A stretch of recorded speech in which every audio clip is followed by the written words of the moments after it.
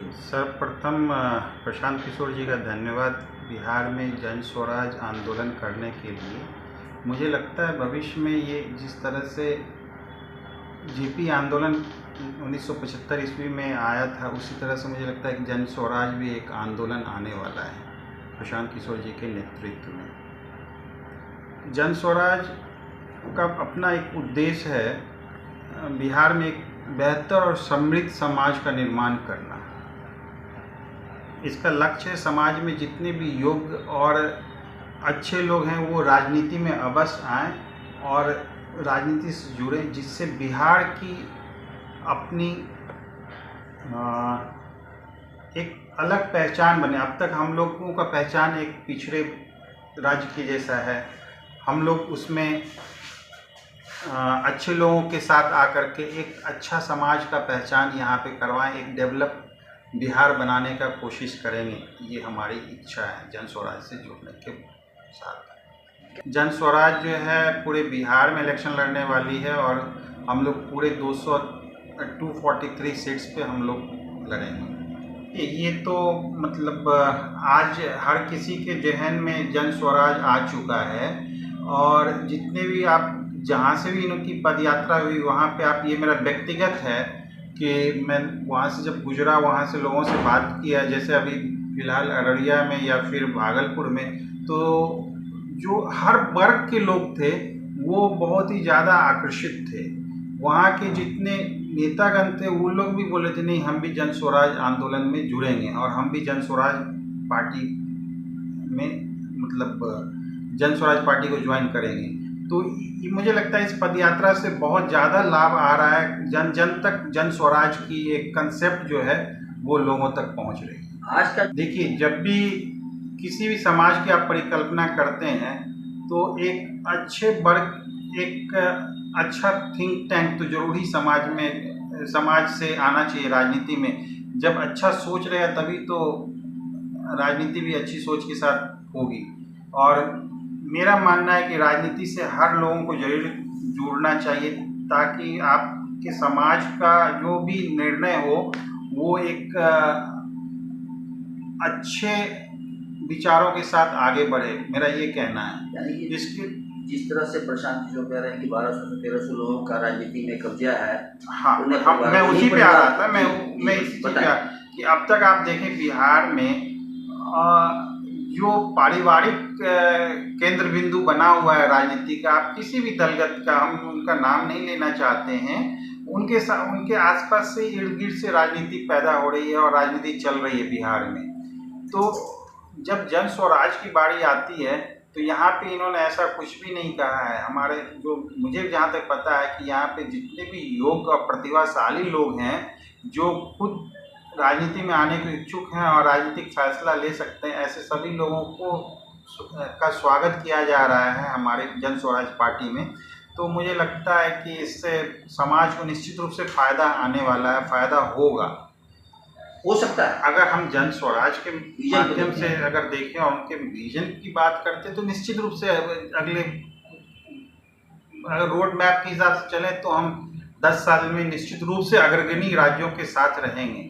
अब ये है कि हमारा रोड मैप हम जिस तरह से बनाते हैं उसका उस तरह से हम अनुपालन कर पाते हैं या नहीं। जैसे मैं एक सीमांचल के शहर से आता हूँ, सीमांचल से आता हूँ, तो मुझे ये पता है कि सीमांचल में क्या छोटी छोटी समस्याएं और क्या बड़ी समस्याएं हैं।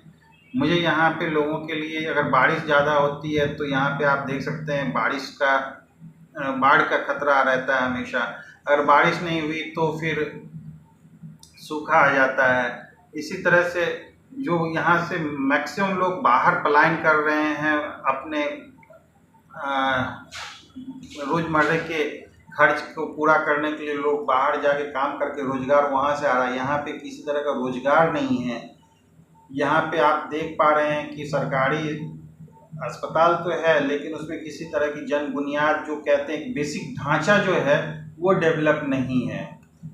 यानी विषय इंफ्रा जो यहाँ आपको है वो डेवलप आपको नहीं लग रहा है। इंफ्रास्ट्रक्चर में हम लोग बहुत पीछे हैं। तो एक इन सब बंदों पे अगर सिलसिलेवार ढंग से बात करें तो 2 घंटे तक बात करना कम पड़ जाता है और इसके लिए अगर आप करते हैं, अगर सरकारी तंत्र अगर वो काम करता है तो निश्चित रूप से हम लोग उस श्रेणी से आगे निकल सकते हैं।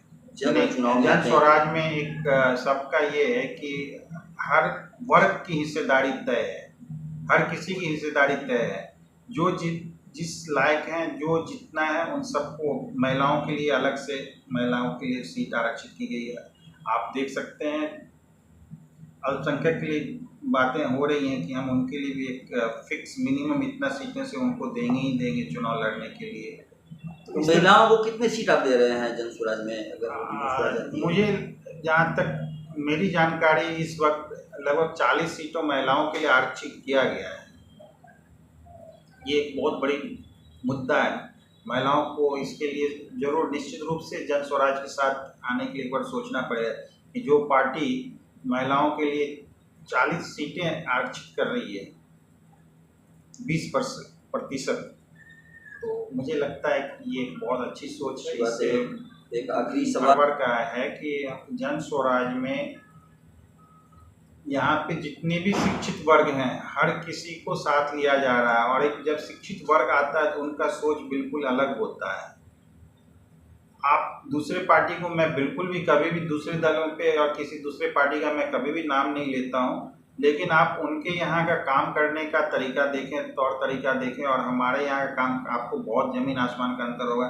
यहाँ पे एक जिस तरीके की व्यवस्था बनाई हुई है उसमें हर किसी के राय मशविरा से ही कुछ निर्णय लिया जा रहा है, और दूसरे पार्टी में, दूसरे दल में आप देखें, आप किसी भी दल में देखें, एक व्यक्ति के राय से ही कार्य हो रहा है।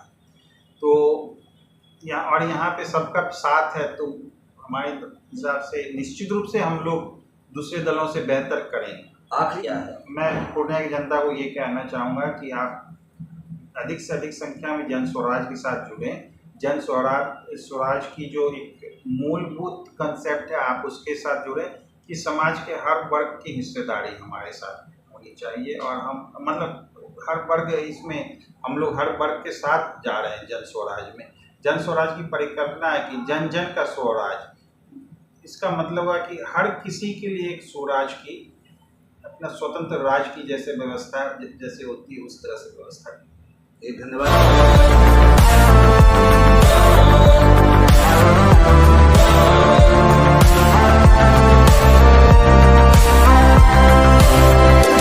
The Mahindra XUV 3XO.